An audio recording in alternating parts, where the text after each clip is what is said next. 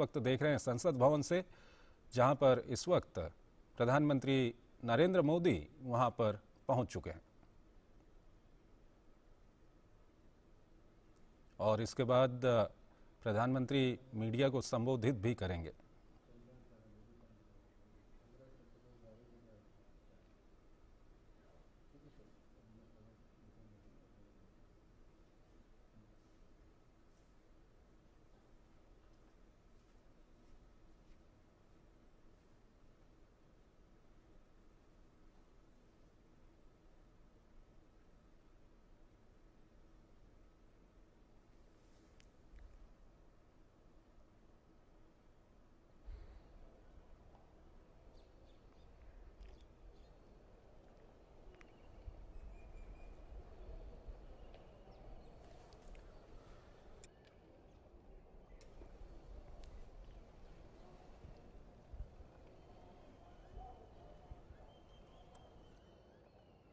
नमस्कार साथियों,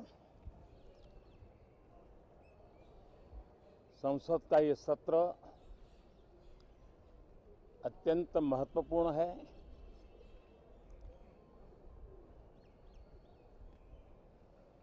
देश आजादी के अमृत महोत्सव मना रहा है।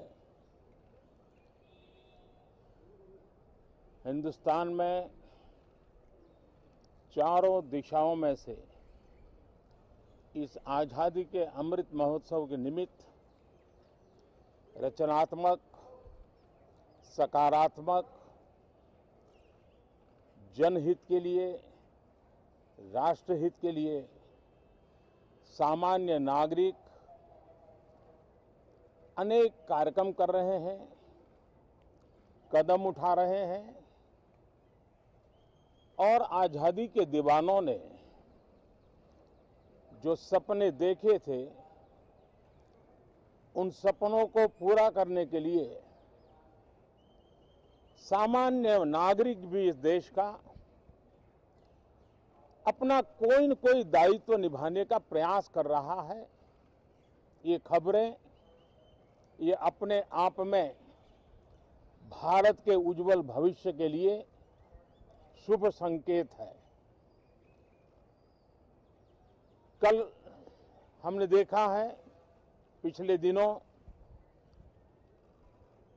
संविधान दिवस भी नए संकल्प के साथ संविधान के स्पिरिट को चरितार्थ करने के लिए हर किसी के दायित्व के संबंध में पूरे देश ने एक संकल्प किया है। इन सब के परिप्रेक्ष्य में हम चाहेंगे, देश भी चाहेगा, देश का हर सामान्य नागरिक चाहेगा कि भारत का संसद का ये सत्र और आगे आने वाले भी सत्र आजादी के दीवानों की जो भावनाएं थी, जो स्पिरिट था, आजादी के अमृत महोत्सव का जो स्पिरिट है, उस स्पिरिट के अनुकूल संसद भी देश हित में चर्चाएं करे, देश की प्रगति के लिए रास्ते खोजे, देश की प्रगति के लिए नए उपाय खोजे और इसके लिए ये सत्र बहुत ही विचारों की समृद्धि वाला, दूरगामी प्रभाव पैदा करने वाले सकारात्मक निर्णयों वाला बने। मैं आशा करता हूं कि भविष्य में संसद को कैसा चलाया, कितना अच्छा कंट्रीब्यूशन किया, उस तराजू पे तोला जाए, न कि किसने कितना जोर लगा करके संसद के सत्र को रोक दिया। ये मानदंड नहीं हो सकता है। मानदंड ये होगा कि संसद में कितने घंटे काम हुआ, कितना सकारात्मक काम हुआ। हम चाहते हैं सरकार हर विषय पर चर्चा करने के लिए तैयार है, खुली चर्चा करने के लिए तैयार है। सरकार हर सवाल का जवाब देने के लिए तैयार है और आजादी के अमृत महोत्सव में हम ये भी चाहेंगे कि संसद में सवाल भी हो, संसद में शांति भी हो। हम चाहते हैं संसद में सरकार के खिलाफ, सरकार की नीतियों के खिलाफ जितनी आवाज प्रखर होनी चाहिए हो, लेकिन संसद की गरिमा, स्पीकर की गरिमा, चेयर की गरिमा, इन सब के विषय में हम वो आचरण करें जो आने वाले दिनों में देश की युवा पीढ़ी को काम आए। पिछले सत्र के बाद कोरोना की विकट परिस्थिति में भी देश ने 100 करोड़ से अधिक डोजेज कोरोना वैक्सीन और अब हम 150 करोड़ की तरफ तेजी से आगे बढ़ रहे हैं। नए वेरिएंट की खबरें भी हमें और सतर्क करती हैं और सजग करती हैं। मैं संसद के सभी साथियों को भी सतर्क रहने के लिए प्रार्थना करता हूं।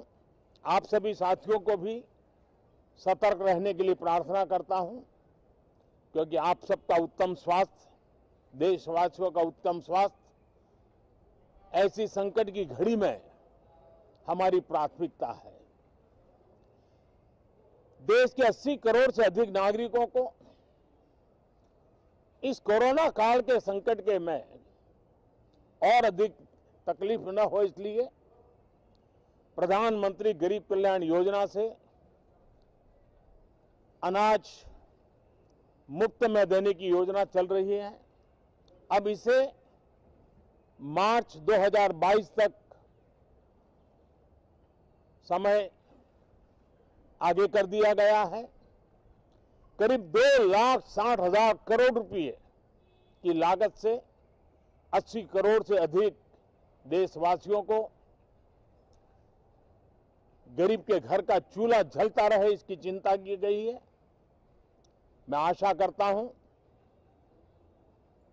कि इस सत्र में देश हित के निर्णय हम तेजी से करें, मिलजुल करके करें, सामान्य मानवीय की आशा अपेक्षाओं को पूर्ण करने वाले करें, ऐसी मेरी अपेक्षा है।